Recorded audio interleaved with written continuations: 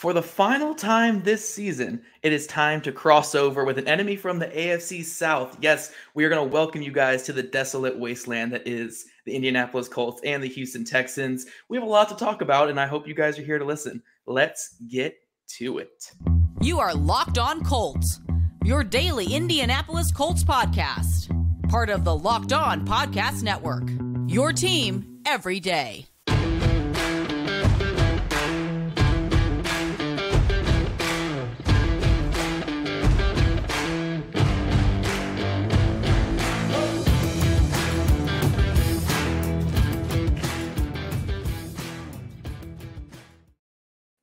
Thank you all for tuning in and making us.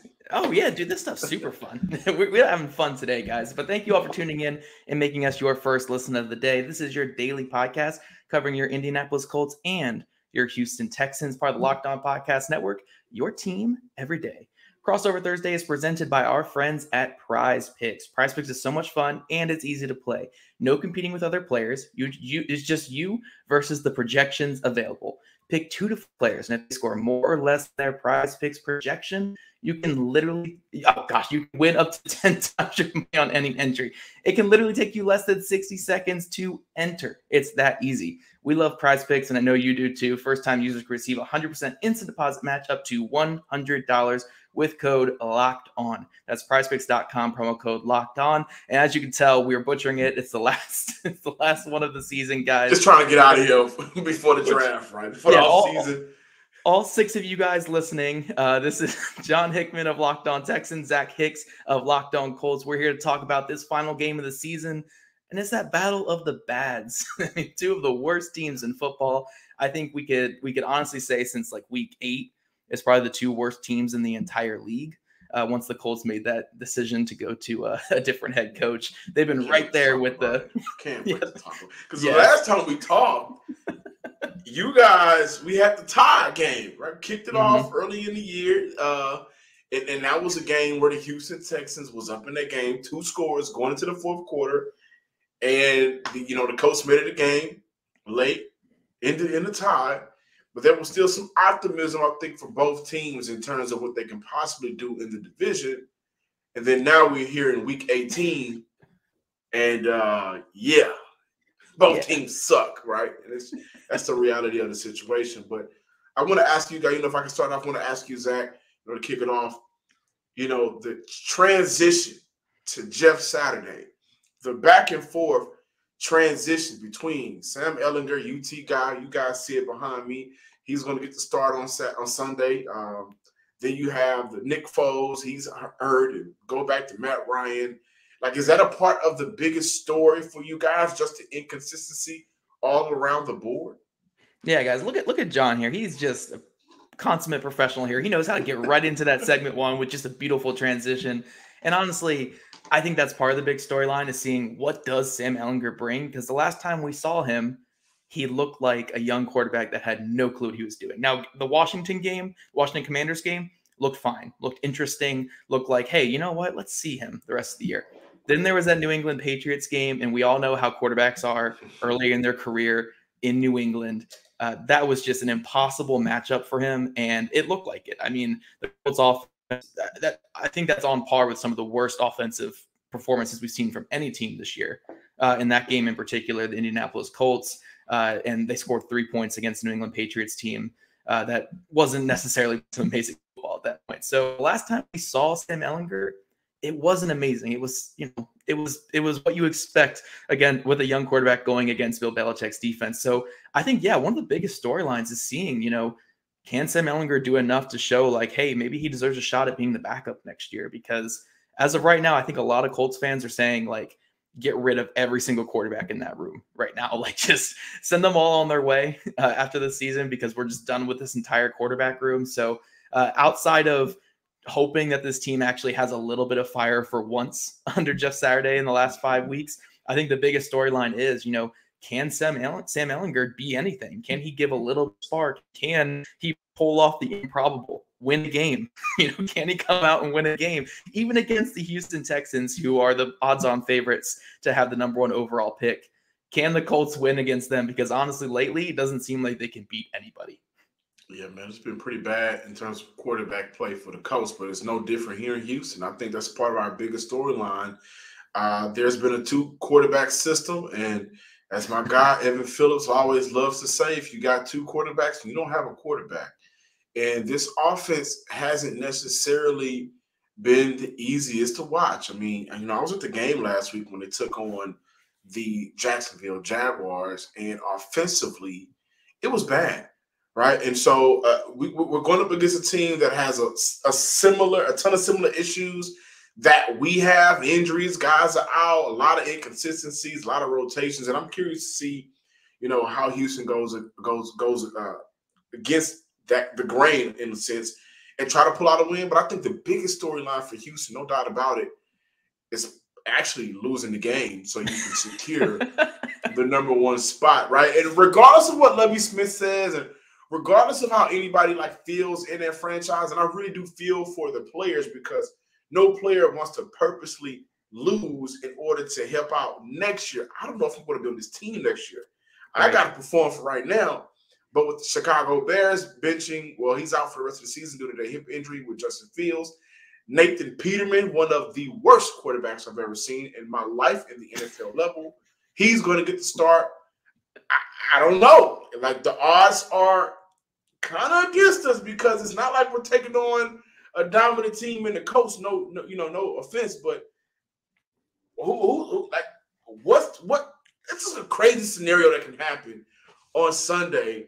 And when I look at the future, I think that matters for Houston locking in at number 1 spot because the Bears don't need a quarterback. They can trade back. Somebody else can jump up and get the guy that they presumably want. And that's the biggest storyline here in Houston right now. Yeah, and before we move to our biggest matchups, and probably we'll go a satirical route with that as well in this next segment, I do want to ask you, John, just while we're talking storylines, while we're talking how Houston needs to lose this game, it's huge for their franchise to lose this game. And honestly, for the Colts, I'd probably say it's better for them to lose anyway, too. Just add more embarrassment, hopefully get Jeff Saturday out of here. We need another tie. That's what we need another tie. Yeah, I'd be fine with that. But chaos. Yes, it would. But I want to ask you, on a neutral field, everyone's playing for something, meaningful football. These guys are trying their hardest, right? Say both teams are trying to win. Which team do you think would win right now? The Texans or the Colts? Man. No tanking involved. No, these teams are trying their butts off to win. Which team is the better team right now? I'm going to go with Houston. Yep. I'll go with Houston simply because defensively, Houston has been playing some good ball the last few weeks. I mean, we can look at the last game against the Jags where they gave up 31 points, excuse me. But you also got to look at the offense in the game was non-existent, so it's hard to bank on your defense when you're not able to kind of get a break or, put points on the board to make it competitive.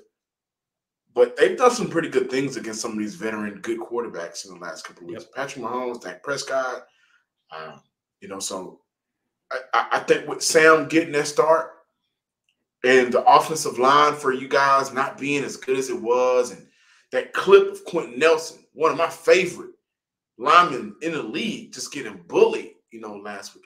I just think that the odds work in Houston's favor to get a win.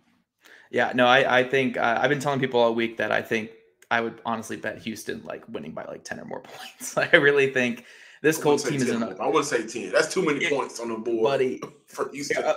I'll say this real quick. Last 4 weeks, the Colts have 3 losses of 17 or more points, right? Which is unheard of in the NFL. I mean, just for comparison, the Texans only have 2 such losses the whole year, and they're the favorites for the number 1 overall pick, right?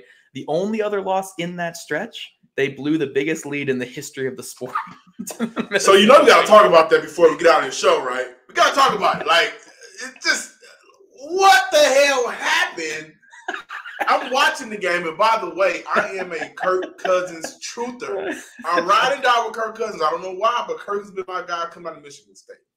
And this is one of those games before they came back, people hit my phone up. Your boy Kirk is trash. Your boy Kirk is, whatever the case is. And by the end of the day, I had all the ammo in the world. Simply because, thank you guys. Thank you, Colts and Coach Nation. The defense sucks. And so what happened in that game, man? So I wouldn't go as far as saying defense sucks. Here's exactly why. Here's exactly why the Colts lost the game. I'll hit this real quick because you guys have heard us talk about this a million times on the show here for the Indianapolis Colts side. The Colts offense, I think, had 5 possessions in that first half where they started on the Vikings side of the field. They turned that into 16 points in the first half. If this were against any other team, the Vikings are down by 50 at halftime. That is how bad the Vikings were killing themselves in the first half and how much the Colts defense was just suffocating them in the first half. There was 3 turnovers. There was a pick 6. There was a blocked punt return for a touchdown. The Colts offense literally could do nothing with it. And then the second half, the Colts offense was constant 3 and out, 3 and out, 3 and out. So this Colts defense, who started off really strong and getting turnovers, they were on the field for over 60 plays in the second half. Against Justin Jefferson, against Kirk Cousins, against Dalvin Cook. They got run into the ground. And we've actually seen it the last 2 weeks. The Colts defense was so run into the ground that second half that this Colts defense that was fringe top 10 in every single statistical category is now falling back towards the 20th range because they've just given up. That was kind of the backbreaker for this Colts defense. They just got run on the ground. Their offense just killed them that game. And yeah, the Colts put up 33 points, but their defensive special teams are probably responsible for 23 of them. Or 30 of them. Like the Colts offense statistically is like one of the 10 worst offenses we've seen in the last 20 something years. So yeah, that's all we'll talk about that, guys. We're going to get to our next segment here on matchups. But first, we got to tell you about our friends here at Bet Online, your #1 source for sports betting, info, stats, news, and analysis. Get the latest odds and trends for every professional and amateur league out there. From pro football to college bowl season to basketball and even the World Cup. We've got it all here on betonline.net. If you love sports podcasts, you can find those on BetOnline as well. We're always the fastest and easiest way to get your betting info. Head to the website today or use your mobile device to learn more. BetOnline, where the game starts.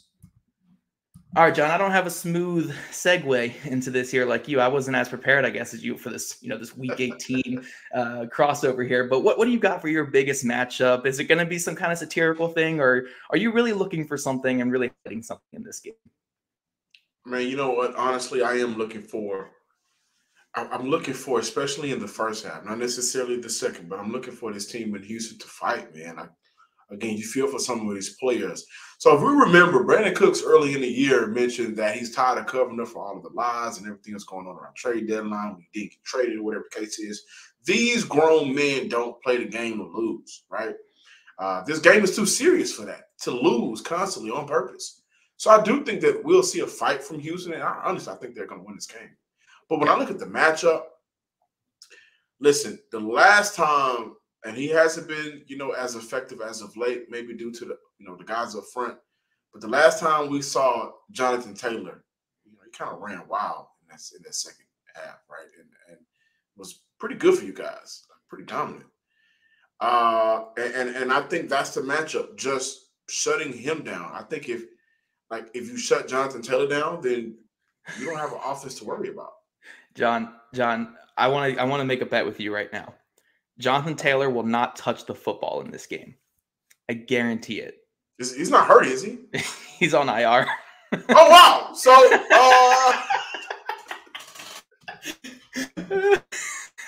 wow. So he won't touch the football in this game. Look, if you guys got to shut down Zach Moss, that's who's coming down that's going to be coming down you guys. Excuse me.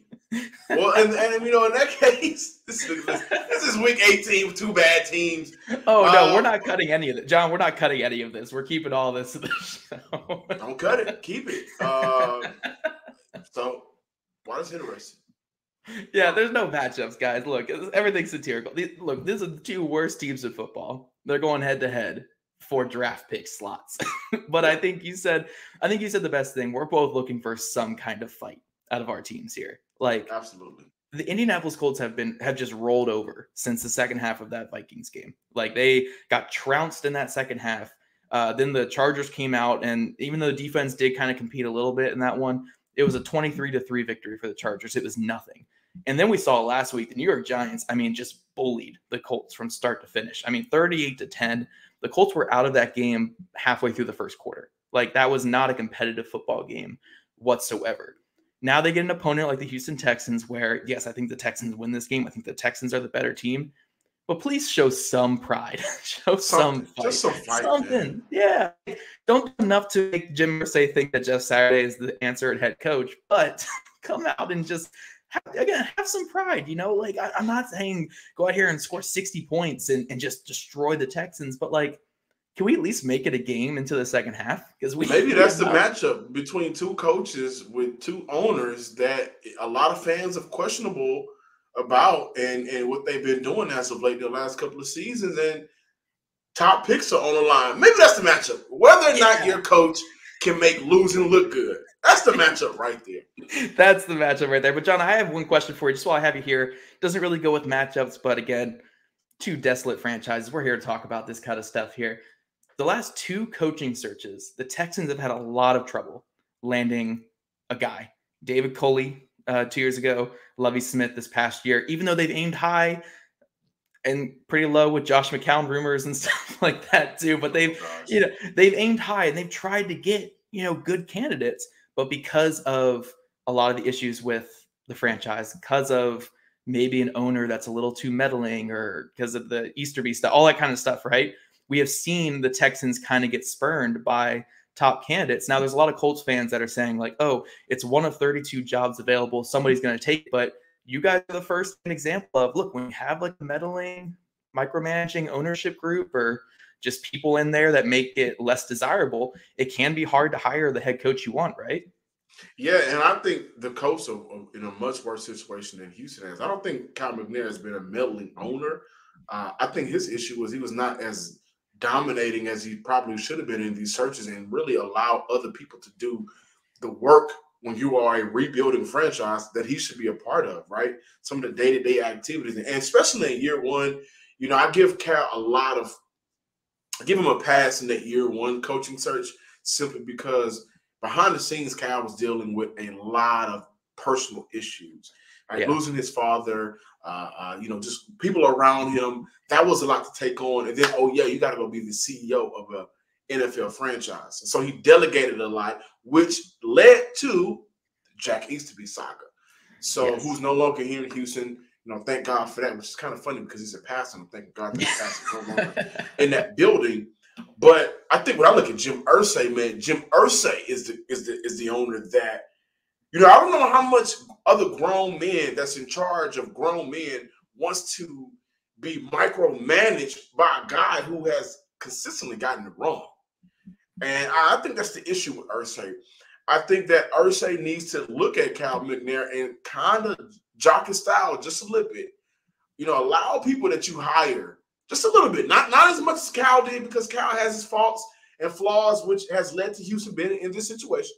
But just a little bit. Allow people that you hire, you're paying some good money to do their job, and stay away from the business side, stay away from the football side for a while, and allow the business to operate off of that. It's kind of funny seeing the coach who a couple of years ago had one of the greatest young quarterbacks up until this new class of quarterbacks, when we got the Patrick Mahomes and the Herberts and the Burrows, Andrew Luck, who honestly I feared would be running this division like right now still.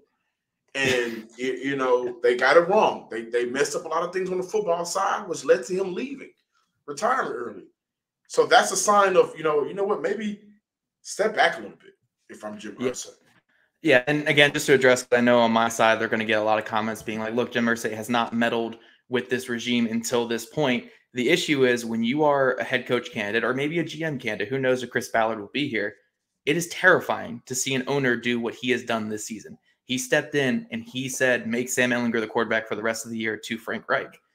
And 2 games in, he fired Marcus Brady. They fired Frank Reich. They brought in an ESPN analyst to run the show, and then he reinserted Matt Ryan. It's just been a disaster behind the scenes this whole year. And if I'm a head coach candidate, or these top head coach candidates, around the whole league are going to be looking at that being like, maybe this is an anomaly, but what if it's not?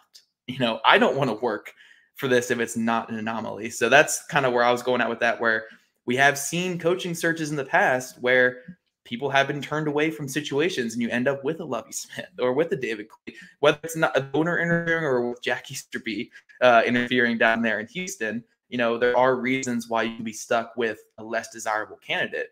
And that might be the case here that we see this offseason with Indy is, they could be like Houston the last 2 years where they get stuck with a candidate that, they might fire after one season each time, I do have a question about Chris Ballard, man. You guys, cover these Colts, man. How confident are you in Chris Ballard? Like, again, I think Chris Ballard has been in the middle of just a lot of chaos, and maybe he's taking some heat that maybe he shouldn't necessarily get, but he's done his dirt as well in terms of being a general manager for this franchise. And it seems as though right now Chris Ballard is still going to be the general manager for the next season. I don't know how much you guys are 100% in on that, but Ballard and coming back, what's the confidence level in him right now?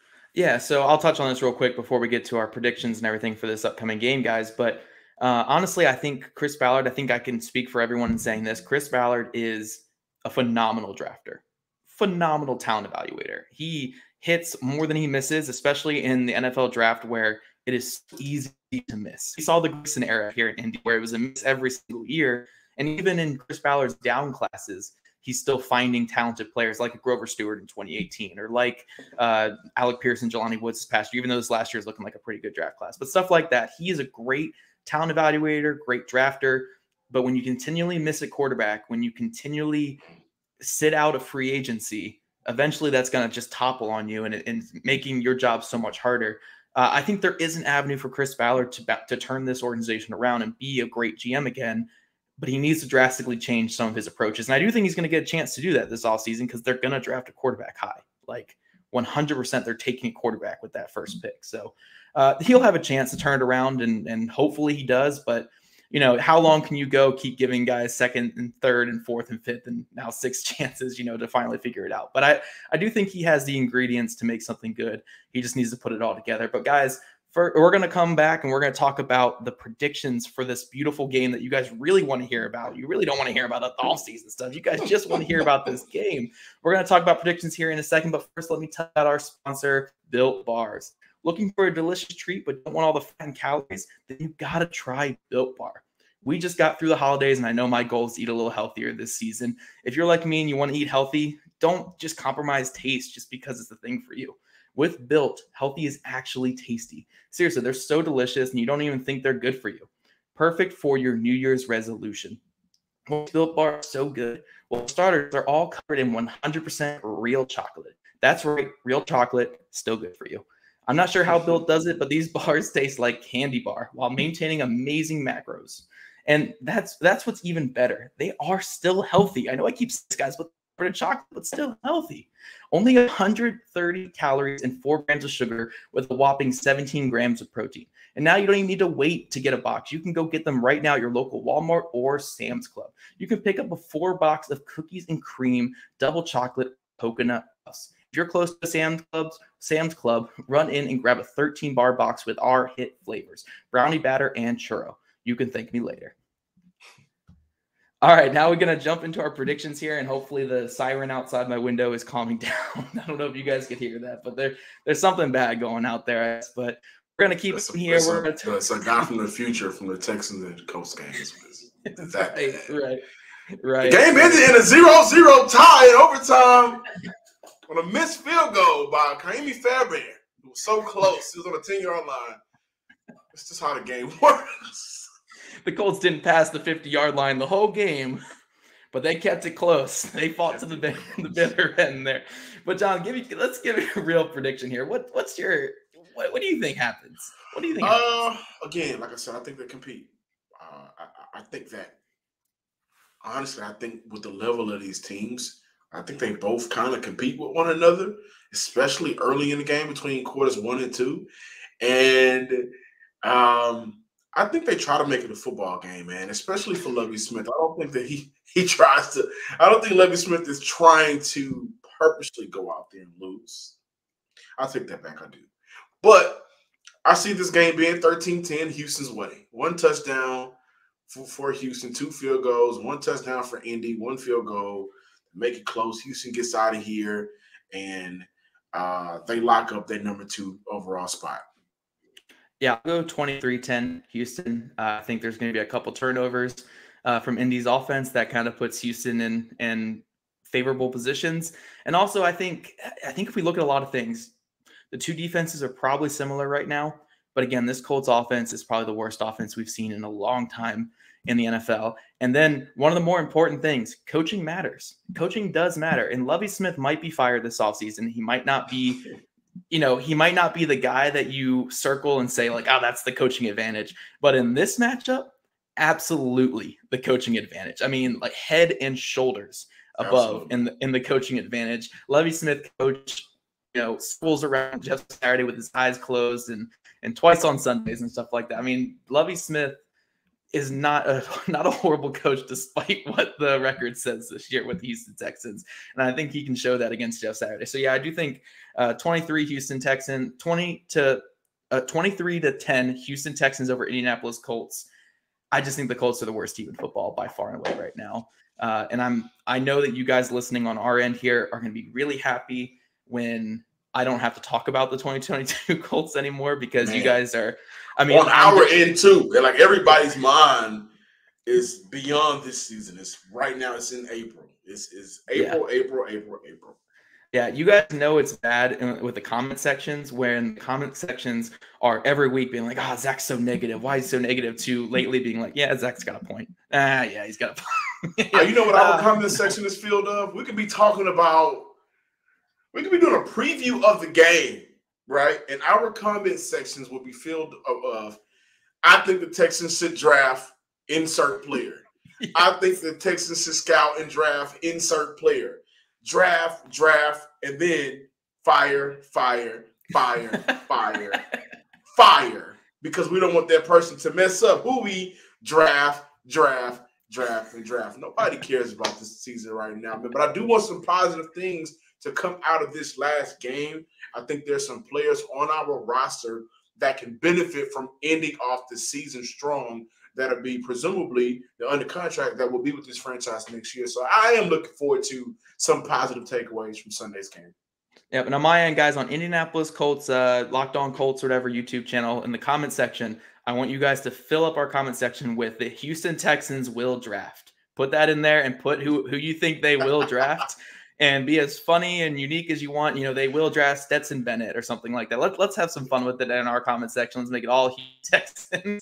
But wow. Yeah, let's have some fun with it, guys. Stetson Bennett. That's who it's going to be right there. Oh my gosh. But for you guys following for the draft, the Tankathon, the draft meter, the Colts, the highest they can climb with a loss in this game is the 3rd overall pick.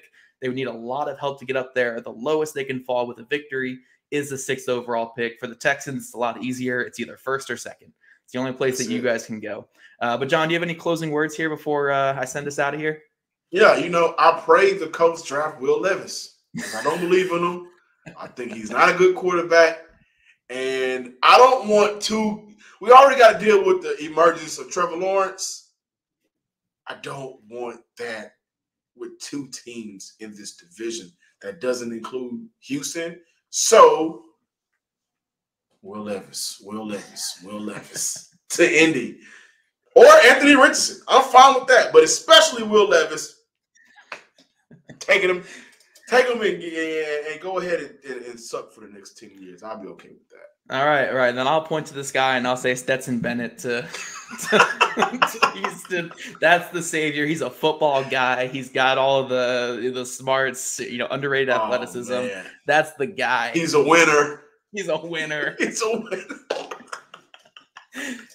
But that's all we got for you guys today. I hope you had some fun like we did on this final crossover episode of the season. Make sure you guys are following us on social medias at Locked On Colts, at Jake Arthur NFL is my co-host that couldn't be here today, at Zach Hicks 2. And then John, where can they find you on social medias? Find me on Twitter at John_Hickman12. Super simple. Or you can just type in my name right there, John Hickman. You'll find me.